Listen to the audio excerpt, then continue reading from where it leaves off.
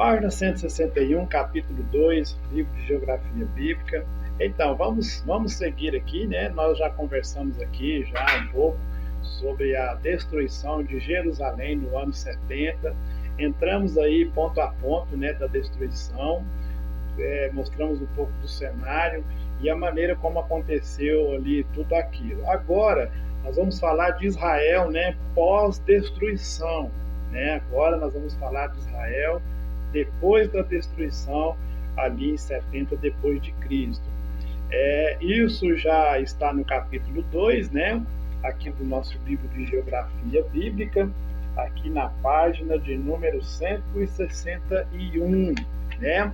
E eu separei aqui 3 pontos principais, né, desse segundo capítulo, para que a gente possa pensar aí um pouco melhor nesses acontecimentos muito importantes, né, na história, que é diáspora, sionismo e a formação do Estado de Israel. Gente, esses 3 movimentos, esses 3 acontecimentos são muito importantes para a história, hein? São muito importantes para a história. Diáspora, sionismo e a formação do Estado de Israel. E nós vamos estar falando sobre isso aqui agora. E eu começo perguntando o que é diáspora. O que é diáspora? Diáspora é a dispersão, ou seja, a saída do povo, que foi obrigado, claro, né?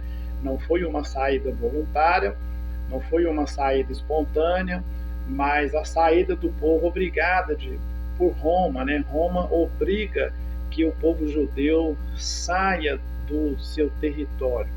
E eles saem de Jerusalém, eles saem de toda a região de Israel, eles deixam a sua terra. Isso é chamado na história, né? A história chama isso diáspora. O nome para essa dispersão chama-se diáspora. Toda vez que você ouvir falar essa palavra diáspora, é a saída do povo da sua terra depois da destruição ali de Jerusalém no ano 70 depois de Cristo.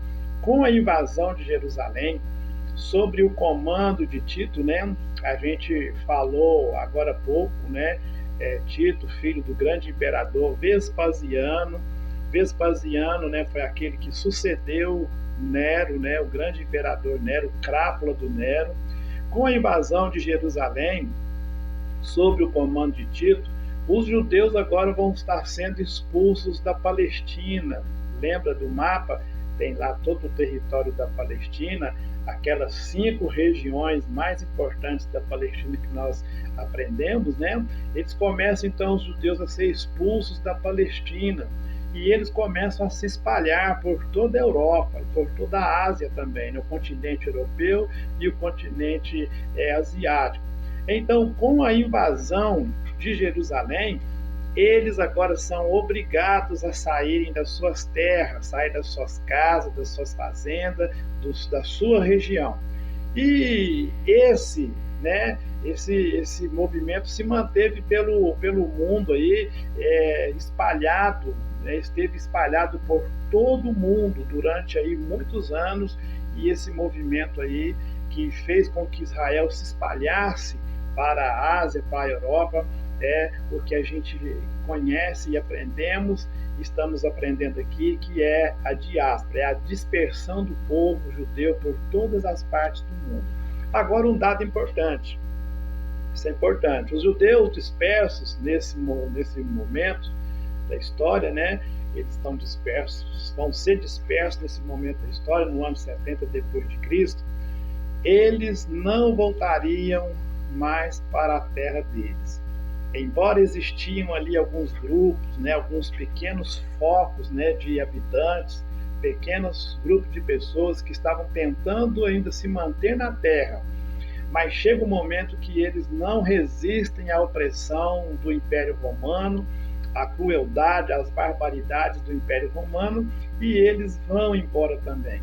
E realmente eles não voltariam mais para Israel, eles não conseguiriam voltar mais para Israel. Mas vai acontecer, né, esse retorno bem mais lá na frente, vai estar acontecendo esse retorno começa a acontecer, mais lá na frente nós vamos estar olhando isso e aprendendo isso, pois a dispersão judaica que se estendeu ali até o ano 1920, ou seja, de 70 depois de Cristo até 1920, que se estendeu esse período da dispersão do povo judaico. Então não foi algo de um ano, não foi algo de uma década, não foi algo de um século, foram vários séculos, né? Essa dispersão do povo pela terra. Então pensa, até esse ano, até o ano de 1920, os judeus estavam saindo da terra deles e não tinha perspectiva nenhuma de voltar. O grande movimento, né, esse grande movimento é aquele que é chamado de dispersão, e ele vai começar aí no ano 70 depois de Cristo, 70 anos depois da morte de Cristo. Isso se prolonga aí, né, se prolonga pelos séculos, se prolonga por 2 milênios, né, ele termina um milênio e entra em outro milênio, e os judeus aí estão sendo expulsos da terra deles, estão sendo expulsos da casa deles. No primeiro momento, meus irmãos, Roma começa a expulsar esses judeus. Depois, os próprios muçulmanos, né, vão começar também a fazer essas crueldades com o povo de Israel, o povo judeu, e depois os outros impérios também que viam a dominar também naquele momento. E eles vão, né? Então eles vão, por mais que eles queriam segurar ali a sua raiz, garantir a sua história, segurar a sua cultura ligada ali à terra, porque nós sabemos isso muito bem, né? Que uma nação, para ela ser nação, ela tem que ter território, tem que ter terra e tem que ter uma língua, tem que ter um idioma. É isso que faz uma nação a ser nação: terra, língua e território. Então isso é que faz uma nação vir a ser nação. Então o povo judeu, eles eram um povo forte, eles tinham a língua deles, né, a identidade deles, o hebraico, mas eles nesse momento eles não tinham território, porque eles tinham acabado de ser expulsos da própria terra deles, da sua própria casa, do seu próprio habitat, da sua própria moradia. E Israel deixa de ser uma nação porque eles estão espalhados pelos 4 cantos da terra. Aonde tinha uma nação na terra tinha judeu, porque os judeus começaram a esparramar por todos os países, Europa, a Ásia, né? E isso aconteceu, uma grande onda de imigração, saída do povo, né, ao longo da história, ao longo dos séculos, isso veio acontecer, e isso persiste e perdura até no ano de 1920. Gente, 1920 está ali, ó, não está longe, está perto de nós, né? E isso persiste e perdura até o ano de 1920.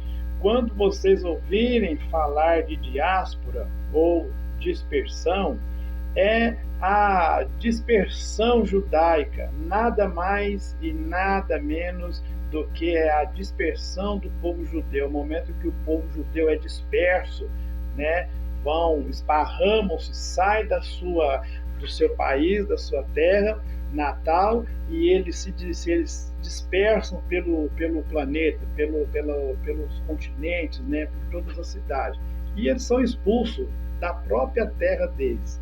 Imagine a gente, nós estamos aqui no Brasil, de repente, se a gente fosse subjugado, pensa, um outro império, né, um outro grande império assume aqui a nossa terra, o nosso Brasil, e a gente começasse a ser expulso da nossa terra, né?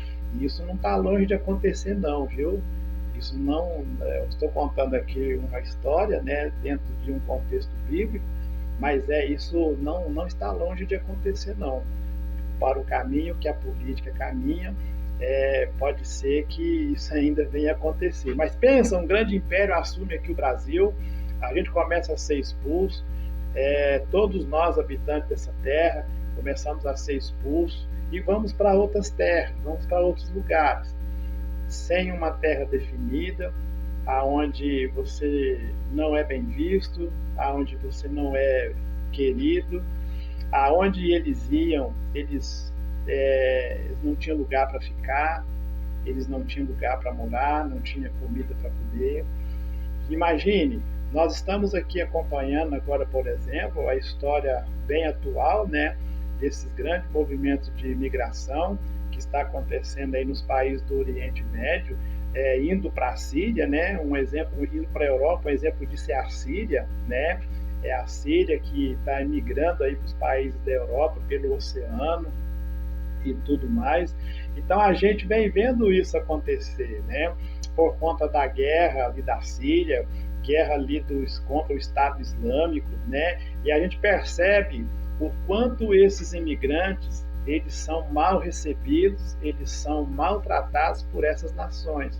Inclusive nós aqui no Brasil, né, estamos vivendo aí um movimento vindo aqui, né, para o nosso país, aqui o nosso vizinho Venezuela, em função da crise da Venezuela, né, vindo aqui para o território brasileiro, para o nosso território. E agora há pouco a gente acompanha aqui, lá em Roraima, que é a fronteira, né, a porta de entrada ali com os irmãos ali do país vizinho da Venezuela, ali em Roraima, eles estão sendo expulsos, estão sendo maltratados, né, sendo mandados embora. Por quê?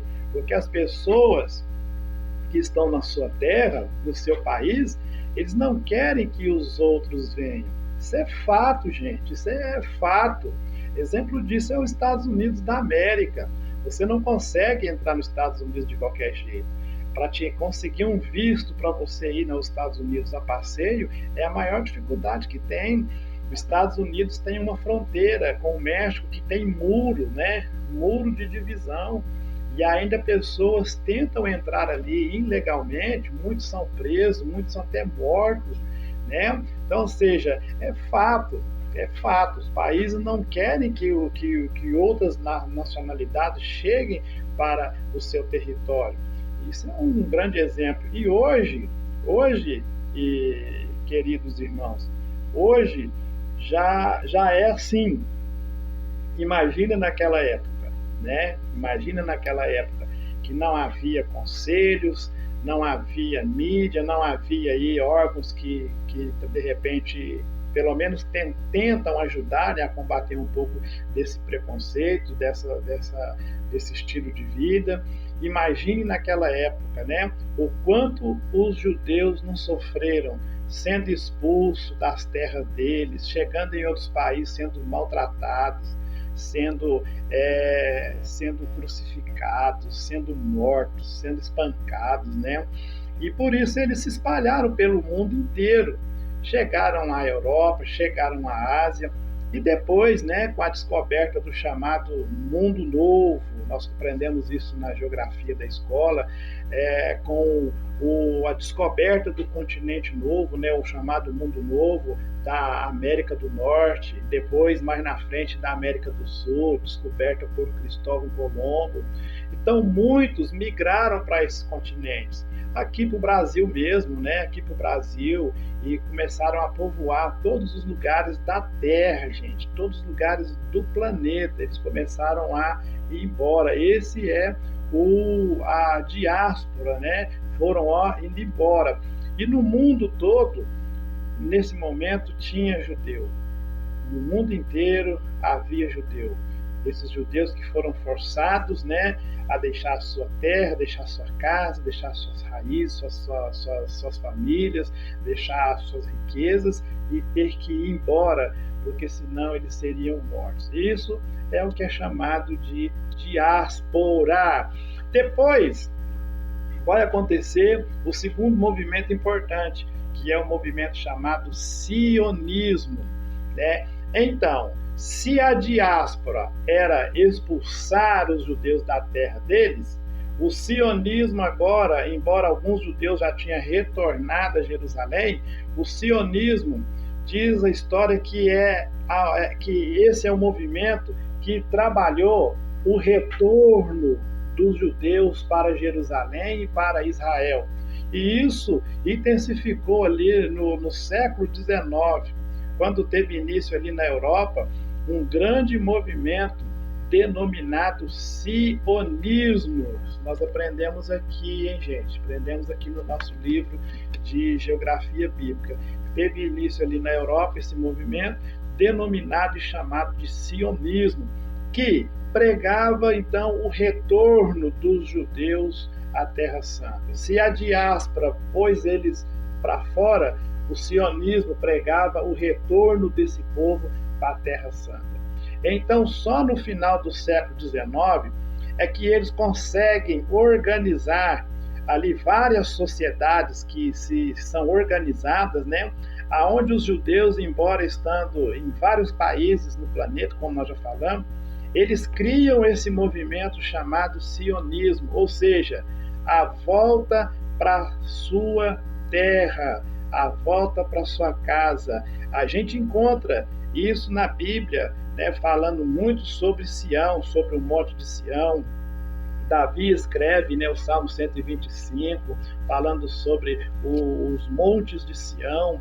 Então, Jerusalém também é chamado de Sião. Quando você lê essa palavra Sião, está referindo-se também, equivalente a Jerusalém. Então, esse movimento chamado sionismo se organiza, se fortalece para começar a trazer o povo de volta para sua terra.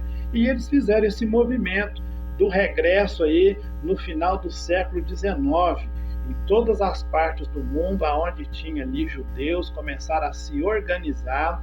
E nessa época nós não tínhamos a internet, né? Não tínhamos a facilidade que temos hoje, mas conseguiram se formar aí esse grupo do movimento sionista para trazer o povo de volta para a sua terra. E eles fizeram esse movimento aí do regresso ali no final do século XIX.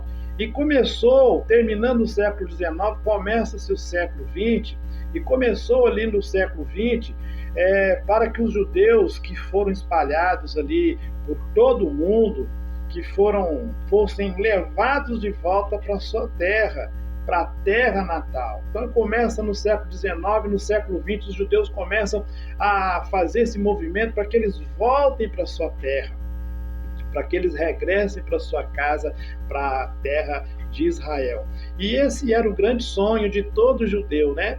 Todo judeu, o grande sonho dele, se você perguntasse qualquer judeu, o grande sonho dele era ele retornar para a terra prometida, né? A terra prometida por Deus a eles, através de Abraão, a terra que os judeus têm esse vínculo forte ligado com as promessas de Deus, as promessas de Deus a Abraão, as promessas de Deus a Davi, as alianças de Deus, né, com Abraão, as alianças abraâmica, a aliança davídica.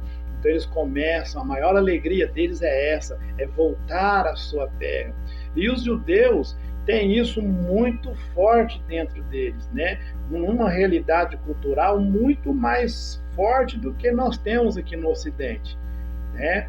Nós aqui no Ocidente somos frios, somos todos frios, nós nem se comparamos, né, com o comportamento dos judeus, né? E os judeus têm isso muito forte dentro deles. É uma realidade cultural muito forte que eles têm dentro deles. E aí vai se intensificar, né? Vai haver aí uma intensificação enorme com toda a Terra naquele momento, todo o planeta, aonde tinha judeus, foi feita essa intensificação, uma enorme intensificação com a terra em todos os lugares, e eles começaram a retornar para Jerusalém no final do século XIX. E olha, gente, está perto, hein?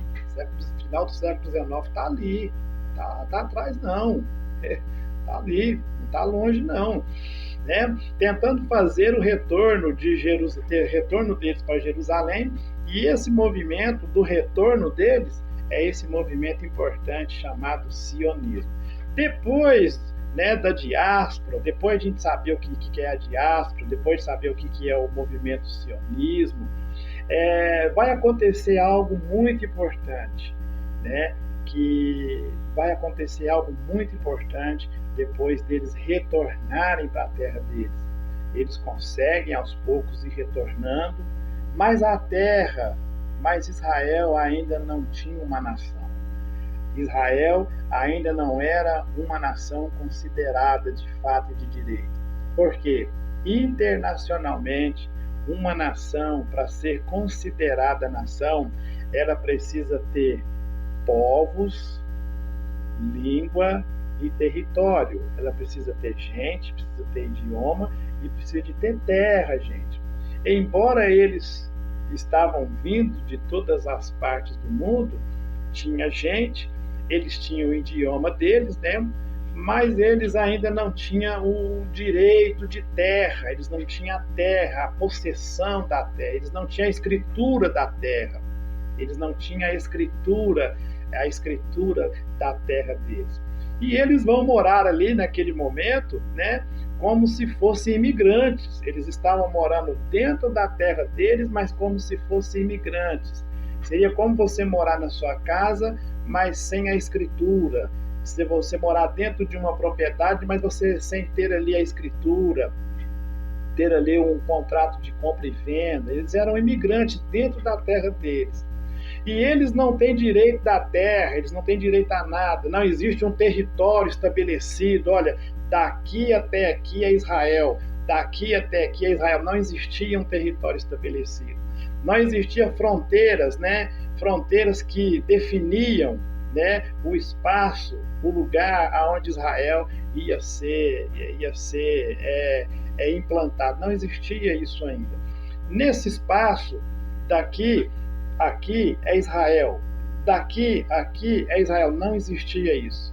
Então, até então, eles estavam como imigrantes, né? Estavam como imigrantes. Até que a história vai dizer que isso acontece num período de muita perseguição, né? Como nós já aprendemos aqui, falamos muito sobre essas perseguições, né? A história vai dizer que depois de um período de muita perseguição contra o povo de Deus, contra a nação eleita por Deus, né? Contra os judeus, contra Israel. E o que eu acho importante aqui, gente, e eu quero falar aqui também um pouquinho sobre isso, porque após os judeus sobreviverem um período de muitas perseguições, de muitos ataques em todo o mundo, né? Império Romano, Império Assírio, Império Grego, Medo Persa, né? O último dos impérios, o Império Romano, e de todo o mundo, né? De todos os lugares, né? Sendo perseguidos, sendo atacados, e perseguições de todos os lugares, sendo deles o mais poderoso, né? O ataque mais poderoso e mais forte até do que o do próprio Nero, né? Que foi o ataque, a perseguição lançada através de Hitler, no movimento chamado movimento nazista, que tinha como objetivo principal exterminar, gente, acabar com os judeus, exterminar de vez na face da terra os judeus, que o objetivo principal de Hitler era esse, exterminar os judeus em busca de uma raça ariana, em busca de uma raça única, e ele implementou isso na sua cabeça de acabar com todos os judeus na face da terra. Então, o propósito de Hitler, através desse movimento nazista, era exterminar os judeus, era acabar, era aniquilar com os judeus na face da terra. E os judeus estavam por toda a Europa. Judeu, como essa diáspora, judeus casam com europeus, judeus casam com asiáticos, têm seus filhos, nascem naquelas regiões e, obviamente, né, Hitler vê isso como uma mistura de raça, uma mistura da raça ariana. E ele tem o propósito número 1 dele, qual é? Acabar e exterminar com todos os judeus na face da terra. Diz a história que o Holocausto nazista conseguiu dar cabo a mais de 6 milhões de judeus, tiraram a vida de mais de 6 milhões de judeus, né? crianças, jovens, idosos, mais de 6 milhões. Imagine você a quantidade de judeus. Mas nós estamos falando aqui de mais de 6 milhões de judeus são sacrificados, são mortos em campos de concentração, com gases, mortos em câmaras de gases, em paredão, mortos por tiro e todas as atrocidades do mundo, né? Foram mais de 6 milhões que essa terrível perseguição, muito maior do que a de Nero, né, conseguiu fazer com que muitos cristãos morressem nos campos de concentração. Após eles passarem por tudo isso, então, com o fim da Segunda Guerra Mundial, em 1945, assim que termina a Segunda Guerra Mundial, diz a história que é feita uma Assembleia Geral, a ONU, em 1947, a Organização das Nações Unidas, em 1947. Teve aí essa grande assembleia, logo após a Segunda Guerra Mundial, foi criada, né, essa organização, muito falada, muito conhecida, a Organização das Nações Unidas, com o quê? Com a pretensão de ser um órgão que faz parte de todas as nações. Essa organização tem membros de todas as nações do planeta, né? Com a pretensão de ser um órgão que faz parte de todas as nações da Terra, e para que exista, para que eles não deixem existir mais guerras, né? Mais conflitos. Essa ONU, a Organização das Nações Unidas, ela então passaria a arbitrar sobre os conflitos. Nós vemos isso aí muitos, né?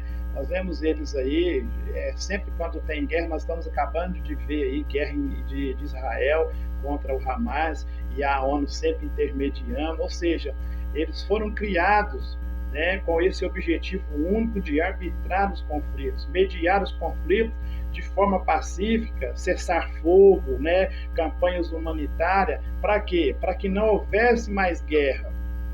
Eu não sei se eles conseguem, né? Mas eles tentam fazer isso, né? Até agora eles têm tentado conseguir, pelo menos, amenizar um pouco. Nós sabemos que há países que têm aí o urânio, ameaçam fabricar bomba atômica, e a ONU sempre entra ali, ponderando, equilibrando. E a Organização das Nações Unidas, em 1947, numa assembleia que foi presidida, e eu já falei isso aqui nas nossas aulas, hein? Foi presidida por um brasileiro chamado Oswaldo Aranha. O Brasil tem importância na construção do Estado de Israel. O Brasil tem o seu dedinho ali, ó, na construção e na efetivação do Estado de Israel. Nessa Assembleia, em 1947, é definido que Israel fosse reconhecido como nação. E uma parte do mundo, né, determina que naquela região ali, exatamente ali onde está hoje Israel, seria traçado fronteiras, seria demarcado ali limites para estabelecer a nação de Israel. Já que eles tinham povos, tinha gente, já que eles tinham língua, tinham idioma hebraico, e precisava agora do terceiro elemento, que é território, terra. Para isso eles foram reconhecidos como nação. E isso, meus irmãos, isso está nos nossos livros de história, viu? Isso está na história bem recente agora. Então, Israel, em 1947, sob a liderança desse brasileiro, Oswaldo Aranha, em uma assembleia da ONU, né, da ONU, ele decidiu que Israel, né, seria reconhecida como nação, e definiu ali as suas fronteiras, as fronteiras desse país. Um ano depois, né, isso nós estamos falando de 1947, foi definido, mas um ano depois, no dia 14 de maio de 1948, portanto, é a data que Israel comemora seu aniversário, foi aprovado na ONU exatamente em outra sessão, onde foi aprovado pela ONU a independência de Israel como Estado soberano. Então, dia 14 de maio de 1948, Israel ele passa a existir, né, de fato e de direito. Torna-se um Estado independente e soberano, o Estado de Israel.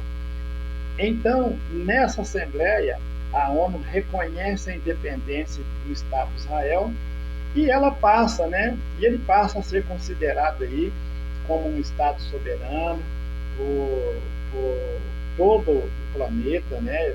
Pela ONU, ele passa a ser considerado um Estado soberano, e isso em 14 de maio de 1948. Gente, nós estamos agora em 2024. Israel, ele acaba de completar, então, 76 anos. 76 anos. Nós estamos falando de Vazante, da nossa cidade aqui, que tem 71. O Estado de Israel é 5 aninhos mais velho do que a nossa cidade que nós moramos aqui na cidade de Vazante. Um Estado independente e soberano, ali ele é criado dia 14 de maio de 1948. É criado o Estado de Israel. Houve muita briga, houve muita guerra, lógico, guerras pequenas, mas houve muitos confrontos. Por quê? Porque em Jerusalém, como nós já dissemos, né, como eu já disse aqui para vocês, ali tem todo o mundo árabe ali, né? Nós temos ali os palestinos, temos ali os israelenses, né? Temos os israelenses e tem os judeus. E parte de Jerusalém está sendo ali, né, decretada a cidade sagrada dessas 3 nações, dessas 3 etnias. Então pensa bem, judeu, palestino e islâmicos, tudo dentro de Jerusalém. Há algumas brigas, há algumas controvérsias, mas nada que é sobre fora do controle. Eles não queriam aceitar, mas eles têm que aceitar, porque teve uma votação da ONU, isso aconteceu. E esses 3 tipos de pessoas estão ali, né, em Jerusalém. Mas, na verdade, desde o ano 70 depois de Cristo, com a invasão ali de Israel, voltando lá atrás do general Tito, que culminou ali com a diáspora dos judeus pelo mundo, e só em 1948, gente, que eles passam a ser uma nação soberana. Isso é muito importante. Só em 1948 que Israel recebe a autorização do mundo, né? Pois houve uma votação para que eles voltassem à sua terra e se estabelecessem como nação. Pensa bem, olha só, no ano 70 depois de Cristo, de 70 depois de Cristo a 1948, né? Isso tem um efeito muito importante para nós. E vou abrir aqui um parênteses para a gente falar um pouquinho sobre isso, porque no cumprimento das profecias bíblicas mostram para nós que nós, como cristãos, que acompanhamos aí, né, os fatos, os acontecimentos, sobre uma ótica, sobre uma visão, né, colocando uma lupa na história, então nós vamos compreender, nós vamos aí estar compreendendo, comparando com aquilo que está acontecendo hoje, aquilo que aconteceu em 1948, aquilo que está acontecendo hoje com aquilo que está acontecendo, comparando com os acontecimentos que a Bíblia vem revelando para nós, né, que iria acontecer. Então isso é muito importante, o cumprimento dessas profecias, o cumprimento ali de todas essas profecias. E então, como cristãos, foi muito importante isso acontecer, né? Porque a gente está acompanhando aí os acontecimentos e a gente vai amarrando, né, essas profecias bíblicas nesses acontecimentos. A gente vai amarrando, vai linkando aí esses acontecimentos com as profecias bíblicas, né? Então é muito importante o estudante, conhecer um pouco dessa história, e isso faz bem, e isso é coisa boa. E isso para efeito de história, para a gente ter só um conhecimento, né, dessa situação. Voltando aqui no ponto que eu quero fazer menção, Israel ele volta a ser nação independente em 1948, certo? Gente, 1948 foi ontem, né? A minha mamãe, por exemplo, nasceu em 1943. O meu pai ele é de 1945. Nós estamos falando da volta do Estado de Israel em 1948. Isso foi ontem, né? Isso foi ontem. Para efeito de história, se a gente imaginar que do ano 70 depois de Cristo até 1948, ou seja, nós estamos falando aí de 1954 anos atrás, que eles deixou de ser nação. E saíram dispersos aí, né, pelo mundo, há mais de quase 2.000 anos depois, eles agora voltam para sua terra. Inclusive, tem muitas pessoas aí que ainda estão, Deus ainda tem conservado com vida, que acompanharam esses movimentos aí. Tem lembrança na sua cabeça de quando eles foram voltando para sua terra, de quando houve essa assembleia na ONU, presidida pelo brasileiro Oswaldo Aranha. Tem pessoas aí ainda vivas e entre nós que lembram desses acontecimentos. Esses acontecimentos não estão há 2.000 anos atrás, há 3.000, não estão recentes agora. Né? Há pessoas aí do nosso lado que ainda Deus conservou com vida e que acompanharam esses acontecimentos, estão vivos aí para contar.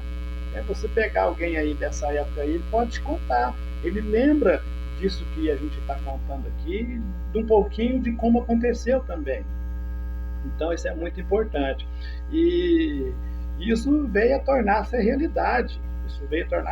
E é muito importante a gente perceber também a história desse povo que passa pelas páginas da Bíblia Sagrada como sendo um povo onde Deus trabalha, né?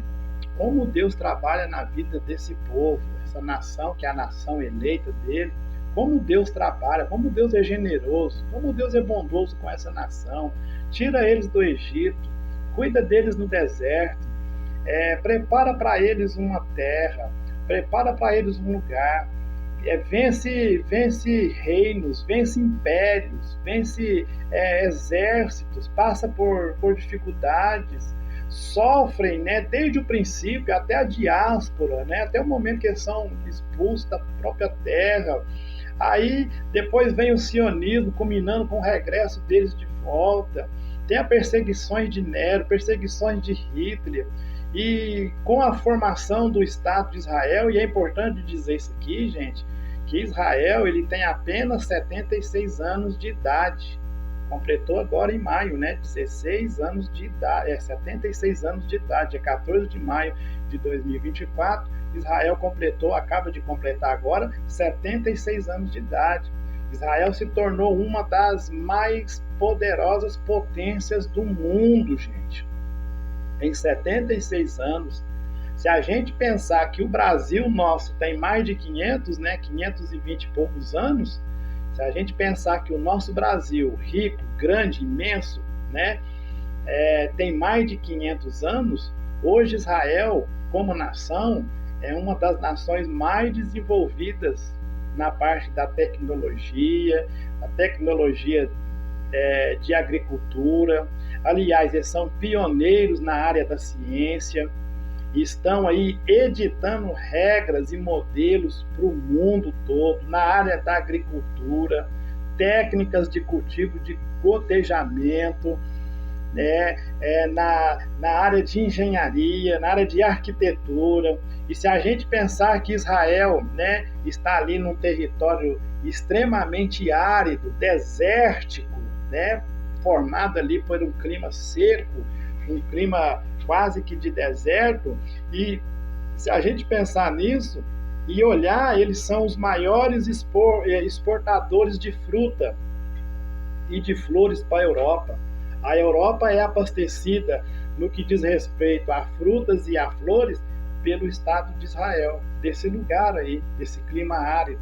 Isso é porque eles conseguiram desenvolver técnicas de agricultura que permite que ele se tornasse, né, uma grande potência no mundo nesses negócios, nessas exportações aí de frutas, nessas exportações aí de flores, no desenvolvimento, tornando o desenvolvimento que eles têm hoje aí muito acima da média, né? Mas não é apenas só na área de agricultura, na área da ciência, na área da segurança, na área da engenharia, na área da tecnologia, na área do exército. Meus irmãos, o Israel é um dos exércitos mais poderosos da Terra. Israel é um dos exércitos mais poderosos do mundo. Né? Ele não é o mais poderoso. Estou falando que ele é um dos mais poderosos do mundo. Israel é fortíssimo. O seu armamento, o seu contingente, né, militar, a sua capacidade de guerra, suas horas de guerrear são uma das maiores da Terra. Né? O Brasil, o nosso país, nós não temos nenhum prêmio Nobel da Paz. Israel, eles têm 12 por enquanto. E com certeza vão ter mais, porque é um povo inteligente, um povo especial. No Brasil, nós não temos nenhum. Nós temos 0 prêmio Nobel da Paz. Israel tem 12. Dos 7 dos 25 medicamentos mais vendidos no mundo, 7 desses 25 medicamentos mais vendidos no mundo são de Israel. E isso em apenas 76 anos, né? Bastante, se a gente considerar, né? Nós temos aqui 70 anos hoje, vamos estar completando aí 71 anos, ou seja, o Estado de Israel é simplesmente 5 aninhos. Né? Quando a cidade de Vazante foi fundada, Israel ainda era uma criança de 5 anos. Né? Israel era uma criança de 5 anos. E outra, a qualidade de vida de Israel é altíssima, a renda per capita lá é altíssima, a economia funciona, a política lá funciona, a justiça lá funciona, existe uma distribuição de renda não tão distante aqui como tem aqui no Brasil, e as desigualdades lá não são gritantes como aqui, né? Lá não é a disparidade de um milionário para um pobre, não existe tanta como é aqui no Brasil, né? Que quem está aqui e quem está aqui embaixo está aqui embaixo. Então as desigualdades lá não é gritantes, é muito poucas desigualdades. Então é um país que tem 76 anos e se reestruturou depois de tudo isso, depois de avalanche de subjugação de império egípcio, assírio, medo-persa, grego, babilônico, romano, perseguições de Nero, perseguições de Tito, perseguições do próprio Alexandre o Grande, perseguições de Hitler, né? E eles se estabelecem aí, reestruturam fortemente, estabelecem no cenário mundial como uma grande potência que é hoje com 76 anos e uma das mais importantes nações do mundo. Então, é muito impressionante a história desse povo, não é uma história qualquer, não é uma história que a gente tenha que deixar de lado, né? Eu creio que é por isso que o autor do nosso livro, né, o professor João Colenda, ele quis destacar aqui para nós aqui esses fatos muito importantes e relevantes para que esses mesmos possam começar a fazer parte do nosso conhecimento e enriquecer a nossa educação teológica. E aqui nós terminamos, né, o capítulo de número 2 da unidade 3. Agora nós vamos voltar em um próximo vídeo para a gente estar terminando a unidade 3, terminando também o livro, voltando a falar do capítulo de número 3 e o capítulo de número 4. Deus abençoe. Bons estudos, boa aula!